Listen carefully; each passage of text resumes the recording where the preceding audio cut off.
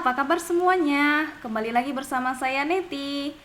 Beberapa hari yang lalu saya baru menerima bahwa telah dibukanya pelaporan BKD untuk dosen-dosen Kopertis Wilayah 3. Nah, di video kali ini saya ingin mencoba login kembali ke si BKD saya atau BKD online saya, dan saya mencoba melihat apakah tampilan si BKD masih sama seperti semester lalu atau ada sedikit perbedaan. Nah, tentu Bapak Ibu yang berada di bawah naungan Kopertis 3 tentu penasaran. Tapi sebelum saya lanjutkan video ini, saya mohon Bapak Ibu semua untuk membantu untuk mensubscribe, like, dan men-share video ini ke teman-teman dosen yang lain, khususnya dosen-dosen yang baru pertama kali menyusun BKD yang jatuhnya di semester ganjil 2020-2021 ini. Oke, kita langsung saja. Di sini saya akan buka ya BKD online-nya. Bapak Ibu boleh tinggal ketikkan saja BKD online Kopertis 3. Oke, ini dia. Oke, domainnya bkd.lldikti3.kemendikbud.go.id.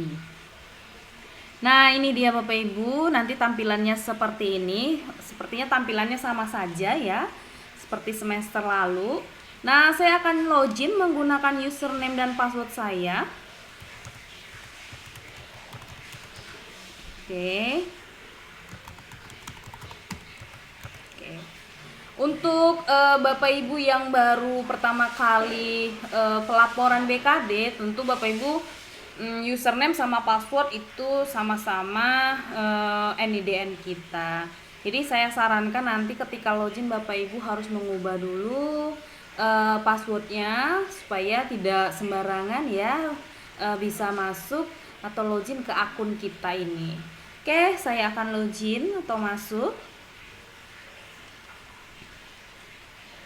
Nah, Bapak Ibu, ini adalah tampilan dari akun saya. Oke. Saya ulangi, ini adalah tampilannya. Di sini sudah sama saja sepertinya, ini nama kita. Lalu di sebelah kanan saya ini ada nama saya. Oke. Di sini jika Bapak Ibu yang baru akan pelaporan semester ini yang baru, Bapak Ibu boleh ganti password. Ini di sebelah kanan, di nama kita, ini nama saya. Lalu ini ada keluar, ada ganti password. Di sini Bapak Ibu boleh ganti passwordnya. Nah, oke, saya lanjutkan. Oke, ini di sebelah kiri saya juga ada namanya, nama saya. Di sini ada home, beranda ya, lalu seterusnya. Nah, ini kan tampilannya masih seperti ini ya Bapak Ibu. Sepertinya tampilannya di laptop saya kurang bagus tampilannya. Bapak Ibu boleh klikkan yang ini, yang garis 3 ini. Kita klikkan, oke, maka tampilannya seperti ini Bapak Ibu. Jadi lebih jelas gitu ya, nggak nyempit-nyempit gitu ya, nggak sempit gitu tampilannya seperti tadi. Nah, ini dia ada nama saya ulangi, nama saya. Lalu ini beranda, ini dosen, lalu ini kalau ingin keluar. Oke, ini sudah bagus tampilannya ya. Lalu di sini kita akan pilih dosen. Caranya sama, sebelah kiri tetap pilih dosen. Lalu ini ada BKD dosen, Bapak Ibu boleh klikkan. Oke, ini sudah terlihat tampilannya BKD dosen periode Gasal 2020-2021. Nah, kita akan scroll ke bawah. Oke, Bapak Ibu, sepertinya masih sama untuk awal. Ini dia. Oke, ini saya baru update. Oke, lalu ini kita lihat jenis BKD-nya. Oke, ada kontrak, ini sudah kita lakukan. Oke, waktu kita pertama sekali mengupload kontrak untuk semester Gasal ini 2020-2021. Nah, lalu kita langsung saja ke pelaporan. Kita klik. Oke, di sini sudah terlihat bahwa identitas dosen. Di sini ada catatan. Nah, di sini ada yang baru ya. Ada sinkron data profil, lalu sinkron data riwayat pendidikan. Nah, Bapak Ibu harus mensinkronkan dulu, oke, baru bisa Bapak Ibu lanjut ke menu selanjutnya. Kita sinkronkan saja. Oke, ini sinkron data profil. Oke, kita akan lihat prosesnya. Dia sedang proses.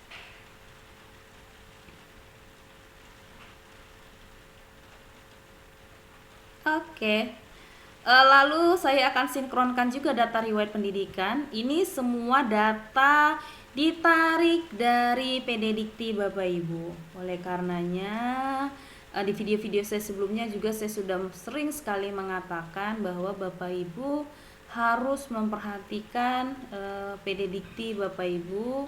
Di samping PD Dikti juga sister Bapak Ibu masing-masing. Oke, lalu selanjutnya saya akan cek ke bawah.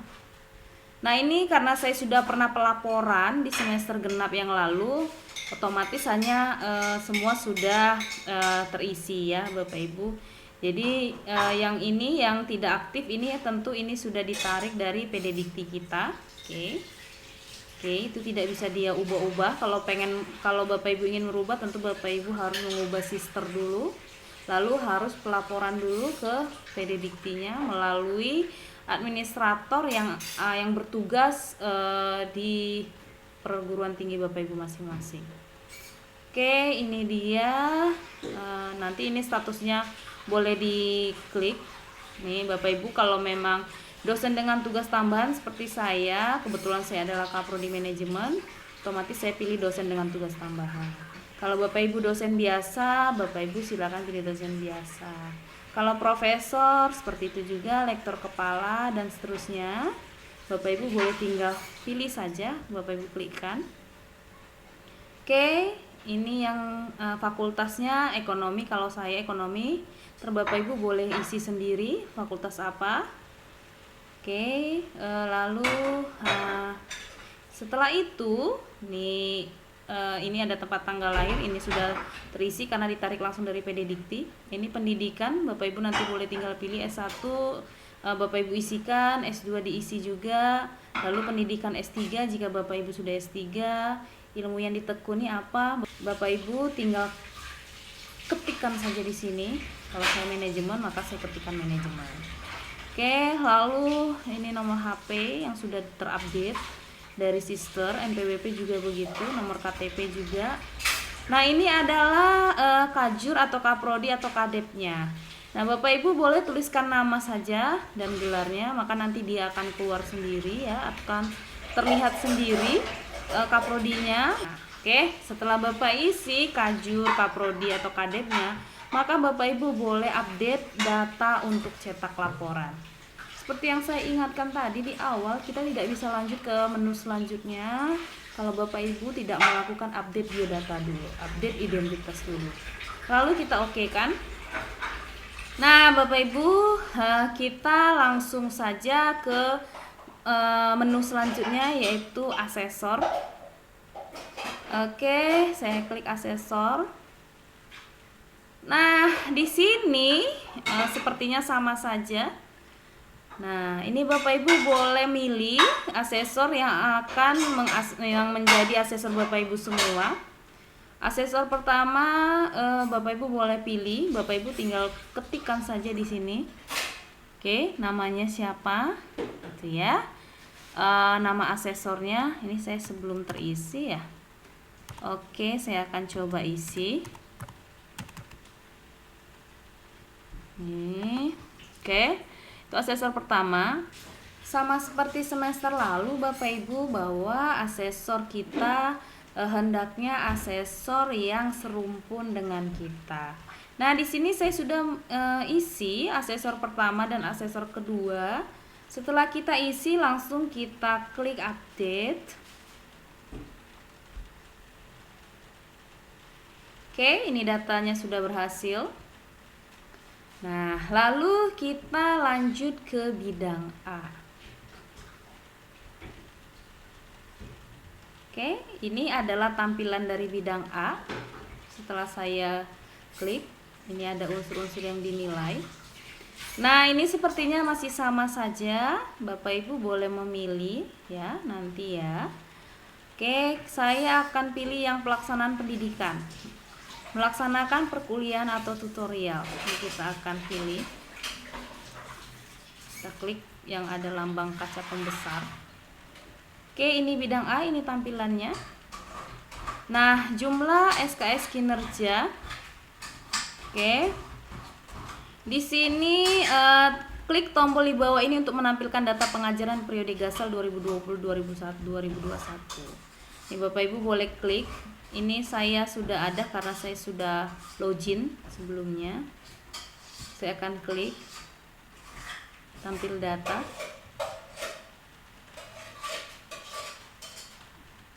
Oke.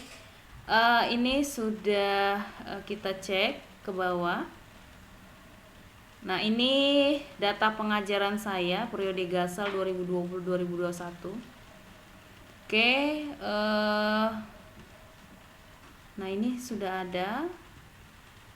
Di sini ini karena saya sudah upload surat tugas. Nanti Bapak Ibu harus mengupload surat tugas di sini. Oke, kita akan coba. Saya akan klik. Nah, ini tampilannya Bapak Ibu. Nanti Bapak Ibu boleh isikan tanggal surat tugas, keterangan bukti penugasan yang sesuai di SK kita, lalu upload surat tugas. Bapak Ibu boleh upload. Di sini sudah ada ditentukan ukuran filenya, ya. Lalu Bapak Ibu tinggal update. Karena saya sudah mengisi, maka saya akan close saja. Oke, lalu kita lanjutkan ke bawah. Nah, ini saya sudah isi sebenarnya bukti penugasannya, dimana tadi bukti penugasan itu sesuai dari upload surat mengajar semester Gasal 2020-2021 yang sudah saya upload di si BKD ini. Oke Bapak Ibu, kita akan lihat. Ini adalah mata kuliah yang saya ampuh di semester Gasal. Ini ditarik langsung dari PD Dikti kita masing-masing. Nah, oleh karenanya Bapak Ibu selalu saya ingatkan untuk melihat, mengecek data PD Dikti Bapak Ibu setiap semester untuk riwayat pengajaran. Nah, kalau Bapak Ibu yang belum tahu bagaimana caranya, Bapak Ibu boleh melihat di video saya yang lain. Di channel ini ada cara melihat atau mengecek riwayat pengajaran kita di PD Dikti. Nah, selanjutnya setelah kita isi tadi bukti penugasan di sini, selanjutnya kita akan mulai nih untuk mengklaim mata kuliah yang kita ampuh di semester Gasal ini. Oke, kita akan lihat. Nah, di sini ada aksi sebelah kanan. Bapak Ibu harus klaim atau edit. Nah, ini dia tampilannya setelah Bapak Ibu klik klaim atau edit. Nah, di sini ada mata kuliah, SKS-nya ada 6, saya SKS capaiannya juga 6. Lalu di sini ada jenjang S1, ini contoh, ini kelasnya misalnya kelasnya hanya 1. Kita misalnya mengampu hanya 1 kelas. Lalu URL bukti dokumen berupa presensi mahasiswa, BAP dan daftar nilai. Ini yang paling penting Bapak Ibu, dan kita harus pihak kampus atau perguruan tinggi kita harus memfasilitasi repositori untuk kita. Oke, saya ulangi, URL bukti dokumennya harus dalam bentuk repositori dan di dalamnya harus ada presensi mahasiswa, BAP dan daftar nilai Bapak Ibu. Nah, itu dia. Lalu di bawah itu ada keterangan. Ini keterangannya jika Bapak Ibu jika mata kuliah tersebut diampu oleh 2 dosen. Tapi kalau hanya 1 mata kuliah dengan 1 dosen ya tidak usah diisi keterangannya Bapak Ibu. Bapak Ibu cukup mengisi jenjang, lalu kelas, lalu URL-nya, lalu Bapak Ibu lakukan update. Nah, karena saya tidak bisa mengupdate karena belum ada URL dokumen dalam bentuk repositori, jadi saya tidak bisa mengupdate atau mengisi untuk pengajaran. Oleh karenanya saya akan close. Oke, nah saya rasa cukup jelas untuk mengisi yang pengajaran. Lalu setelah Bapak Ibu klaim dan mengisi semuanya, lalu kita akan kembali coba. Kita kembali. Oke, ini masih di bidang A. Kita akan cek lagi apa ada yang bisa kita isi.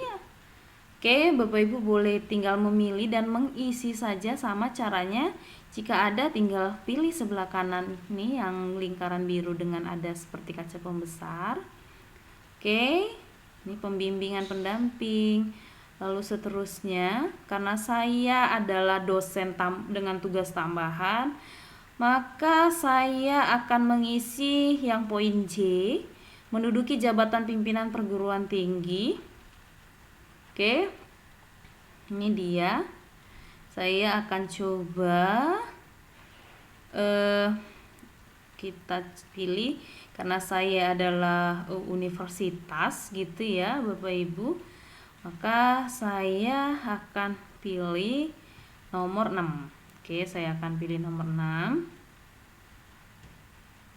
Oke, saya klik yang warna biru.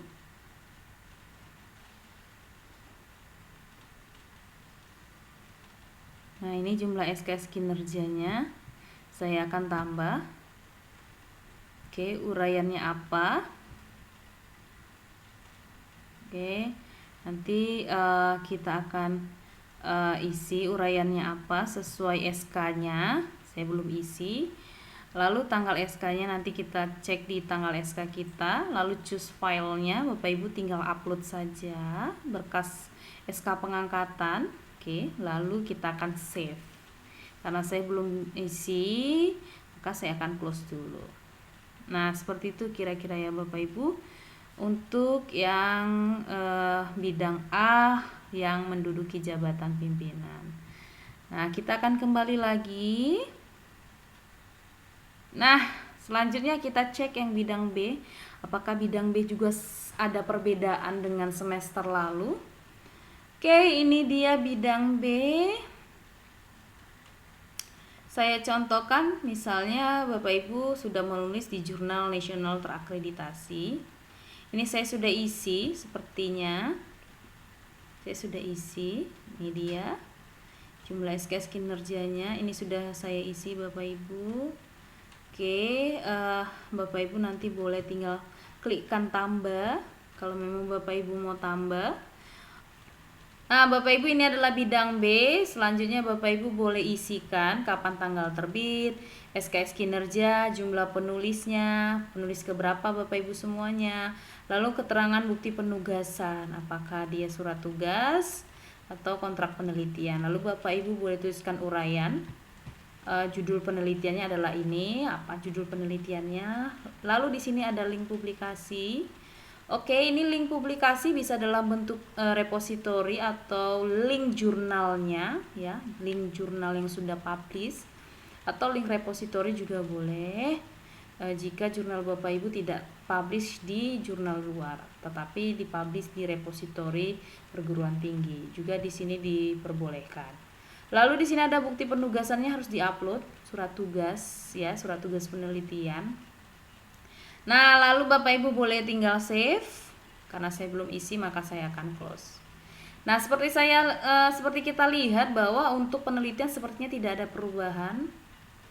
Ya, lalu kita akan back kembali. Oke, kita akan back. Kita akan coba ke bidang C. Bidang C adalah pengabdian kepada masyarakat. Ini juga sepertinya tidak ada perubahan, tapi saya akan coba cek. Oke, ini dia. Bapak Ibu nanti boleh tinggal pilih saja dalam bentuk apa pengabdiannya. Ini dia, jika dipublikasikan di jurnal pengabdian kepada masyarakat, kita akan coba, saya akan coba cek. Nah, ini dia Bapak Ibu. bidang C. Oke, kita akan coba lihat tambah. Nah, ini Bapak Ibu, jika sudah publish ya, kegiatan pengabdiannya dalam bentuk jurnal yang itu sudah publish, maka Bapak Ibu boleh tinggal isikan di bidang C. Ini ada uraiannya, oke. Lalu di sini tanggal surat tugas. Lalu di sini ada SKS kinerja, lalu boleh di save. Karena saya belum isi, maka saya akan close.